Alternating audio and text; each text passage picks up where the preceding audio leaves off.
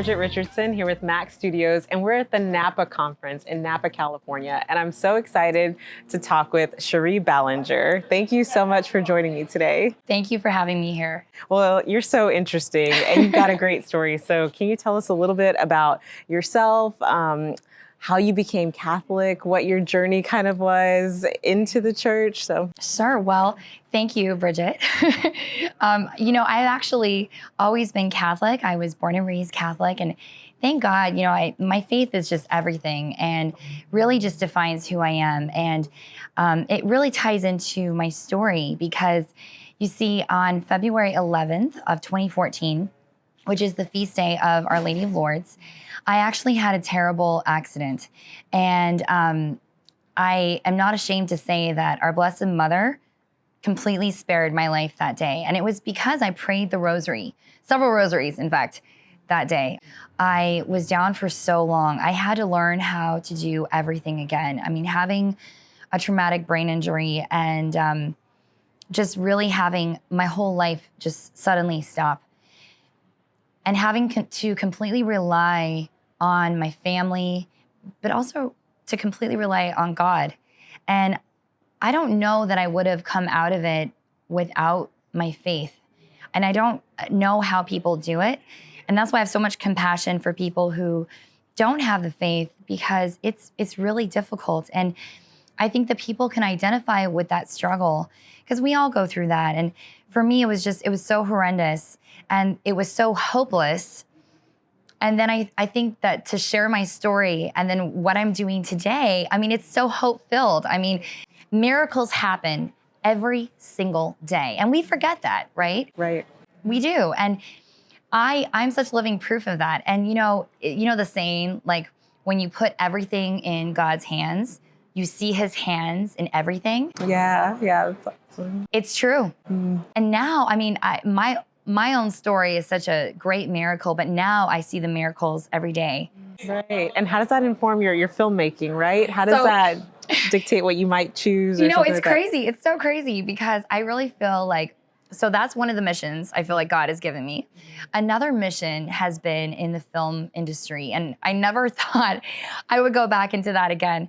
But so you were in it before too? I was, okay, yeah. I was an actress and a model, and all these things were happening, and I was down for all these years, and now it's like God brought me back in, and in this capacity now as a movie producer, it's so rewarding because I really feel like God has really given me this mission to normalize values again, to make great movies again. Well, I like how you said normalize values, because it seems like that would be a foreign thing, right? Like values, right. Everybody has them, but almost your experience of suffering has kind of informed like, wow, the world needs this. So tell me a little bit about how you convey that, even in a talk or when you're producing, that having values is worth it. Okay, right? Yeah.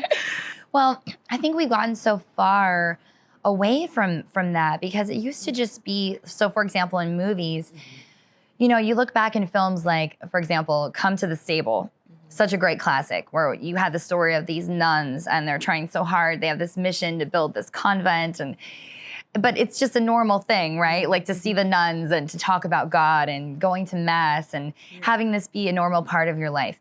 I feel like we've kind of gotten to the point where we compartmentalize that. Sure. And it shouldn't be that way. It's a part of daily life. And so like I feel as if making it a normal thing again, as it should be, it just reminds people that like you have to put it together. Like our daily life surrounds our faith. Everything that we do, whether it's at the office, it's our work, it's our family life, or personal relationships. God is in everything. And so we need to remind people of that. And I think what better way than film? I like that you say you had compassion for people who don't have faith. So what has that experience been like for you internally? Well, I feel like when you're with God, there is such a joy for life that comes with that.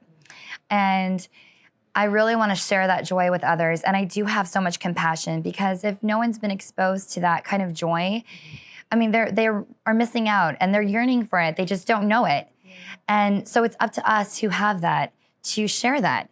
Well, just to finish it up, what's up next for you? What can we expect in the world of film? Well, in addition to speaking now around the world and being an ambassador for organizations such as the Women's Brain Project in Switzerland, the Same You Foundation in the UK, a number of other organizations, which I'm really proud of. I'm also working on 6 films right now. Oh my gosh. I know. Wow. I know. It's crazy. But God has a great plan.